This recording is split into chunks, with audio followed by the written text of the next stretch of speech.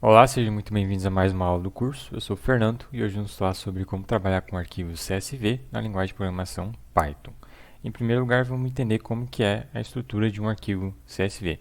Então, um arquivo CSV é nada mais nada menos que um arquivo de texto, tem dados textuais ali dentro e representa uma tabela, né? São dados tabulares. Então, as colunas dessa tabela, nesse arquivo CSV, elas são indicadas com o separador da vírgula. Então, por padrão, o arquivo CSV é um arquivo de texto com separador de vírgula, certo? Se você abrir um arquivo CSV no editor de texto, você vai ter algo mais ou menos parecido com esta estruturinha aqui. Então, nesse caso aqui desse exemplo, tem duas colunas. Então, a primeira coluna tem essa primeira linha aqui, a segunda linha, a terceira linha, assim por diante. Na segunda coluna, as outras informações. Então, a primeira observação, segunda observação, e assim por diante, tá? Então, no caso, é assim que funciona um arquivo CSV. Se tiver uma coluna numérica, geralmente o decimal da coluna numérica, né, vai ser o ponto, já que a vírgula é utilizada como separador de colunas, certo? Então, entendido isso, vamos para a parte prática, ver como importar esse arquivo utilizando o Python. Aí, para isso, vai existir várias opções de importação desse tipo de arquivo. Geralmente, o que a gente utiliza no Python é a biblioteca Pandas, a função read CSV. Então, vamos abrir lá o ambiente de programação, através aqui do Google Colab, para exemplificar a importação desses arquivos, certo? O material, os arquivos, né, vão estar disponibilizados no material de aula, né? Então tem a pasta PAD 13, dentro ali tem pasta dados. Eu vou utilizar esses arquivos aqui como exemplo, tá? Então vamos fazer o upload deles aqui para o ambiente. Vou chamar isso aqui de PAD 13. Vou fazer o upload aqui dos dados. Então, dois arquivinhos CSV que a gente vai tratar. Certo? Então vamos primeiro importar ali o Pandas para mostrar como funciona a função. Então, bibliotecas, importa bibliotecas. Nesse caso aqui vai ser só o Pandas que a gente precisa, tá? Então importe Pandas SPD, convenção aí de importação, certo? E aí eu vou criar uma seção chamada dados para começar esses exemplos, certo? Então o primeiro exemplo é importação de arquivo CSV offline. Vou mostrar as duas formas, tá? Offline e online. A offline é quando você importa de um local no seu computador, né? No seu ambiente aí de programação, o arquivinho ali já está salvo em alguma pasta. Online é quando você pega um arquivo que está num link, né, numa URL em algum lugar da internet. Você pode ter essa opção também, tá? Então, vamos a primeira delas aqui, importação offline. Então você vai chamar a função readCSV para importar arquivos CSV, né? E vai utilizar nesse argumento filePath or buffer, você vai apontar a localização do arquivo. Então no caso aqui, vamos supor que o arquivo esteja dentro de uma pasta aqui que eu vou chamar de dados, certo? Então os arquivos estão dentro dessa pasta dados, ó. Vou levar eles para lá, certo? E aqui no argumento você vai apontar, né, a localização desses arquivos a partir da pasta atual. Então a pasta atual que eu estou trabalhando é essa daqui, né? Certo? Então você vai apontar a partir dessa pasta atual. Então você vai colocar o caminho para essa pasta. Então, o nome da pasta dados e o nome do arquivo. Então dados.csv. Se o arquivo CSV não estivesse dentro da pasta dados, né, se estivesse aqui na raiz, né, no local, no diretório atual, né, de trabalho, aí é só colocar o nome do arquivo diretamente, tá? Aí roda o comando, já vou imprimir aqui o resultado. Ele vai importar a tabelinha para a gente, certo? Por padrão, a função readCSV, ela compreende que a primeira linha do arquivo CSV é o nome das colunas, certo? A primeira linha é tratada como nome de coluna. E os tipos das colunas aqui, a função tenta fazer uma inferência, né, de quais tipos de dados se referem, né? Então, no caso aqui, por exemplo, a coluna numérica ali, que é essa coluna chamada PIB, são dados numéricos, ela entendeu que é do tipo float. A coluna data, ela entendeu que é do tipo object, certo? Então ela já tenta fazer alguma inferenciazinha dos tipos das colunas. Então esse é o primeiro caso, importação de dados CSV offline. Agora vamos para o segundo caso, importação de arquivos CSV online, certo? Então você vai utilizar a mesma função do mesmo pacote, o mesmo argumento, só vai apontar, ao invés de um caminho para um arquivo local, vai apontar aqui um link, né? Uma URL. Então já preparei aqui um exemplo onde eu coloquei esse mesmo arquivo CSV nessa URL aqui, que está lá no site da análise macro. Quando você acessa essa URL, você vai automaticamente fazer o download desse arquivo CSV. Então o que a função vai fazer quando eu aponto aqui um link? Ela vai importar, vai baixar temporariamente o arquivo CSV, certo? Vai ficar um arquivo temporário no computador e vai importar esse arquivo então, depois de ter baixado, né, com a função aqui read CSV e retornar da mesma forma um data frame, certo? Então você tem essas duas principais opções aí, certo? É bastante simples. Aí vai ter algumas especificidades, né, alguns detalhes, né, que vez ou outra você pode se deparar, né? Então, por exemplo, por padrão, o arquivo CSV ele é separado nas colunas por vírgula.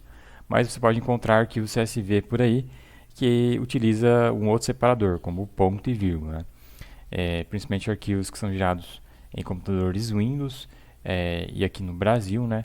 Isso é comum, tá? E aí, nesse caso de utilizar separador de ponto e vírgula, os campos, as colunas que são numéricas, né? Geralmente vão utilizar como decimal a vírgula e não ponto, né? Aí vai ter esses pequenos detalhes. Então vamos mostrar como que a gente importa se a gente tiver essa especificação de arquivo. Então, importação desse CSV com separador ponto e vírgula.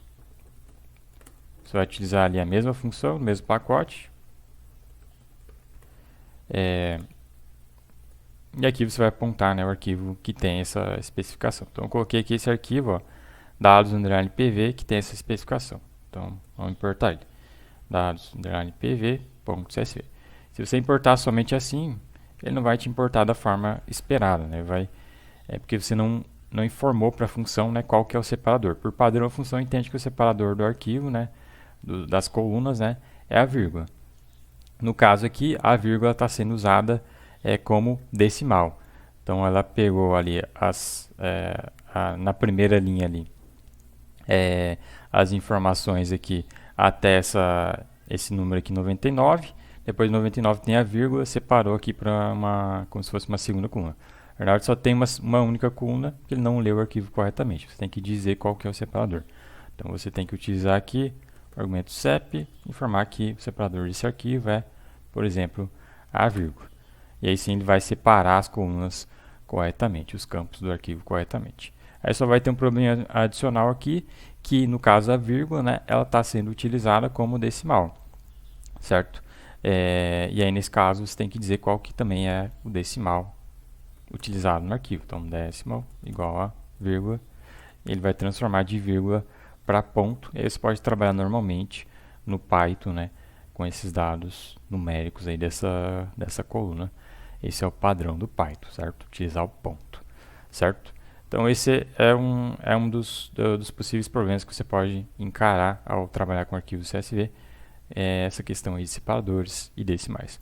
O outro problema também que pode ser comum é a questão dos caracteres, né, no que se trata a codificação deles, né? Então, caracteres aqui da nossa língua portuguesa, como por exemplo os acentos nas vogais, cedilha, etc., né, eles geralmente não vão ser reconhecidos por padrão nas linguagens de programação, no caso o padrão do Python, né, por padrão ele vai entender que os caracteres de informações textuais, né, seguem a codificação UTF-8. Esse é o padrão do Python, certo? Mas geralmente nessa codificação você não vai conseguir reconhecer, né, esses caracteres especiais. Então, se o seu arquivo ele tem uma codificação diferente da UTF-8, se ele tem, né, se esse arquivo tem caracteres especiais, geralmente você vai precisar apontar uma codificação compatível para fazer com que esses caracteres sejam reconhecidos pela função readCSV, certo? Então, eu coloquei aqui um exemplo, ó. Pegar aqui já o código pronto, que mostra justamente essa situação. Então, vou colocar aqui, ó, importação de CSV com codificação diferente do padrão, certo? Então, vou colocar aqui, ó, só tabela mesmo. Então, esse arquivo que está nesse link aqui é um arquivo de dados lá do TSE. Foi gerado aí pelo TSE, né, referente às últimas eleições presidenciais de 2022, certo? É um arquivo aí, acho que da votação do estado do Acre, tá? Então, esse arquivo CSV, ele segue a especificação de separador de colunas, ponto e vírgula, tem caracteres especiais, né, por exemplo, cedilha ali, são essas as especificações, né, do arquivo. Então, se você tentar importar o arquivo somente dessa forma aqui, apontando a localização dele nesse link, e o separador, né, que eu falei, que é ponto e vírgula, a função readCSV, por padrão, ela pode ser que não interprete esses caracteres, né, corretamente, ou até mesmo gere um erro, né, porque a codificação, né, ela não foi reconhecida. Então, é isso que está falando aqui no erro, ó. O TF8, o codec, né, a codificação TF8, não foi reconhecida, certo? Então, você tem que informar para a função qual que é a codificação do arquivo, né, certo? No caso aqui dos dados do TSE, né, que é esse exemplo que eu estou usando aqui, eu já sei, né, porque eu li lá no site deles, nos metadados que são informados lá, que os arquivos CSV são gerados com codificação chamada Latim 1, certo?